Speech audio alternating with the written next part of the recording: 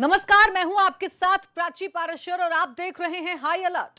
High alert में आज हम बात करेंगे कानपुर पुलिस की। वही कानपुर पुलिस जो पिछले 2 महीने में अभी तक संजीत की लाश तक नहीं तलाश पाई है। पुलिस की नाकामी की एक कहानी अभी खत्म भी नहीं हुई कि उसी थाना क्षेत्र में एक बार फिर अपहरण के बाद हत्या की वारदात को अंजाम दे दिया गया और इस बार फिर पीड़ित परिवार के पुलिस पर बेहद गंभीर आरोप है।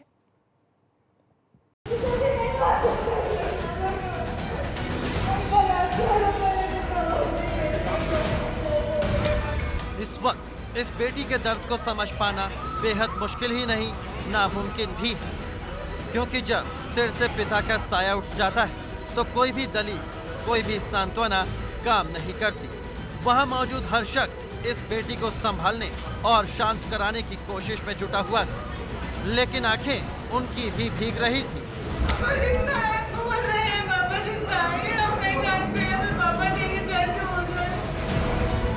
फिर नाकाम हुई कानपुर की बर्रा पुलिस। तलाश करती रही पुलिस, हो गई हत्या।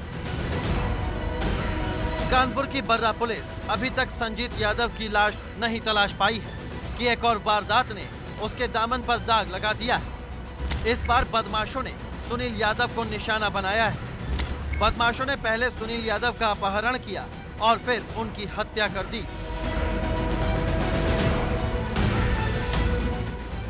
बर्रा पुलिस के फिर हाथ रह गए खाली। फिल्मी अंदाज में अंजाम दी गई हत्या। संजीत हत्याकांड से विवादों में घिरी बर्रा पुलिस इस बार भी नाकाम रही। संजीत की तरह ही सुनील यादव भी 4 सितंबर को संदिग्ध हालातों में गायब हुए थे।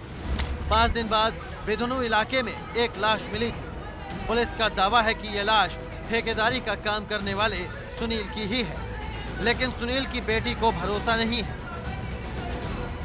पापा की हत्या नहीं हुई, हम बता रहे वो जिंदा है, ये सब लोग गलत बोल रहे हैं। पुलिस का कहना है कि जो बॉडी दिखाई गई है उसमें परिवार ने मना कर दिया था शनाख्त के लिए। वो है ही नहीं उनकी बॉडी, तो हम क्यों जबरदस्ती किसी की भी बॉडी को बोल देंगे मेरी बॉडी है। आपके परिवार का कोई होगा, आपको पता होगा कि किसी और को पता होगा। सुनील 4 सितंबर को घर से निकले, इसके बाद वापस नहीं लौटे।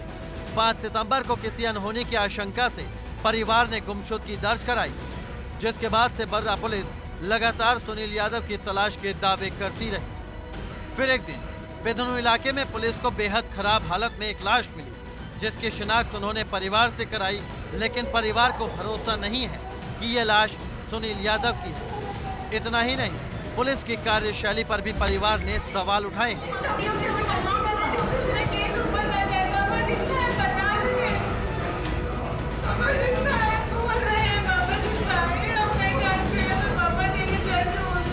कुछ नहीं मालूम, मुझे पापा चाहिए बस, मुझे और कुछ नहीं कहना है। ये सब के सब कोई मिला हुआ है यहाँ पे, मुझे यहाँ पे इंसाफ मिल ही नहीं रहा है। इसे जब से तक कर रहे हो अपना काम कर तो रही है, आज बताती ये क्या काम करा उन्होंने, कुछ नहीं काम करा।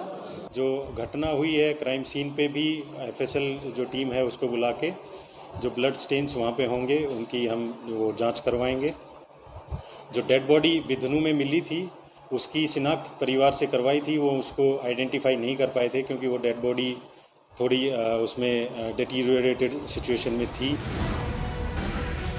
2 सगे भाइयों ने की सुनील की हत्या। गुमराह करने के लिए मोबाइल को एक वैन में रखा। सुनील के कपड़ों को नाले में फेंककर पहचान मिटाई। पुलिस ने सुनील की लाश मिलने के बाद सोनू और मोनू नाम के 2 सगे भाइयों को गिरफ्तार किया है। दोनों का मकान को लेकर सुनील यादव से विवाद चल रहा था। दोनों भाइयों ने वारदात को अंजाम देने के लिए सुनील को फोन कर बुलाया था। इसके बाद उनकी हत्या कर लाश को बोरे में भरा गया और फिर सील बोरे को बिधनु इलाके में स्कूटी पर रखकर फेंक दिया गया। पुलिस को उलझाने के लिए दोनों भाइयों ने सुनील के कपड़े एक नाले में फेंक दिए थे। लाश की हालत इतनी खराब थी कि उसे आसानी से नहीं पहचाना जा सकता था। वो घर से गए थे और वापस नहीं आए। उसी प्रकरण में 5 तारीख को यहाँ पे गुमशुदगी लिखी गई थी। उसी के फर्दर इन्वेस्टिगेशन में ये पता लगा कि जो सुनील हैं उनका मर्डर सोनू और उसके छोटे भाई मोनू ने, विश्वकर्मा, जिनका सुनील के साथ मकान को लेकर विवाद था, वहीं मकान पे उन्होंने फ़ोन करके उनको बुलाया और वहीं पे दोनों भाइयों ने उनकी हत्या की।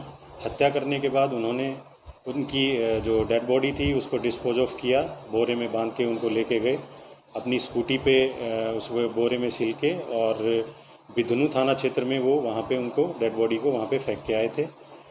उसी में जो उनका सुनील का जो मोबाइल था उसको सोनू विश्वकर्मा ने एक वैन में रख दिया था, ताकि जो पुलिस उसमें अगर इन्वेस्टिगेशन करती है तो ताकि वो भ्रमित रहे।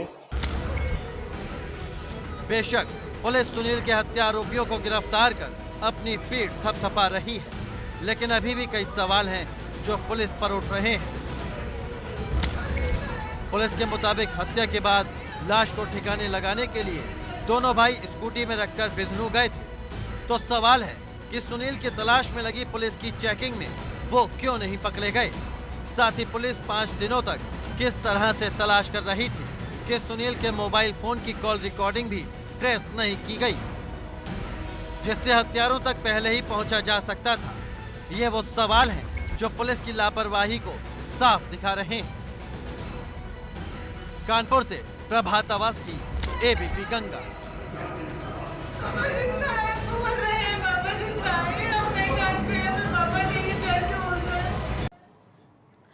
ग्रेटर नोएडा